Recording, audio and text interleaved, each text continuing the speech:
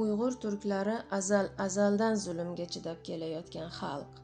İlk zulmni Xitoyning ilk imperatori boshlab bergan edi va bu holat hozirga qadar davom etmoqda.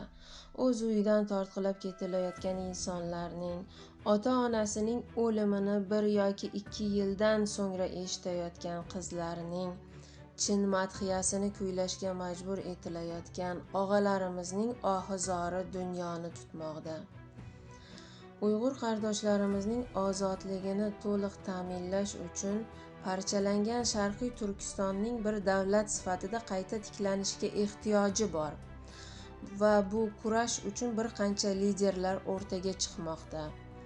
Shunday liderlardan biri Sharqiy Turkiston prezidenti Abdulvali Burgaxon janoblaridir. Biz bu insonla suhbatlashdik.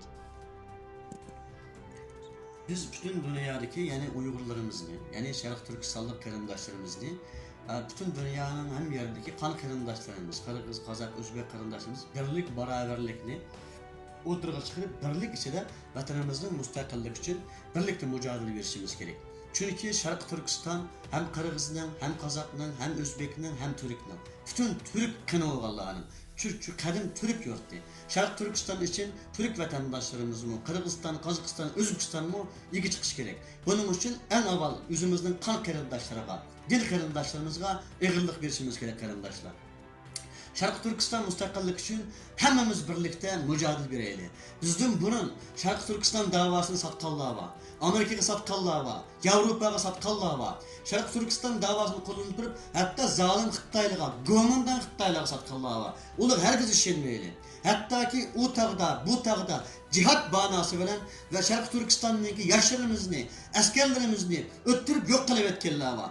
Biz neymiş kıysak, xuddi Çanakkale'de Türk vatandaşlarımız Türkiye'ni kutkuzuş için canını verdi şehit begenge okşaş. Biz vatanımız Şarkı Türkistan'ın topraklarda şehit yürüyüşümüz gerek. Vatanımız Şarkı Türkistan'ın müstakillik için hayatımıza canımızı fida kılışımız gerek. Hemmimiz bütün dikkatimiz olan, canımız olan, melimiz olan vatanımız Şarkı Türkistan'ın müstakillik için hareket kılışımız gerek. Ben bütün dünyadaki Şarkı Türkistan halkını kaytıdan uyg'onishga, vatanımız müstakillik için kaytıdan oynanışga, halk saylagan, yani üzerine saylagan, yani mening arkamda tik duruşumlarga davet kılaman. Esselamu Aleyküm, Allah razı olsun.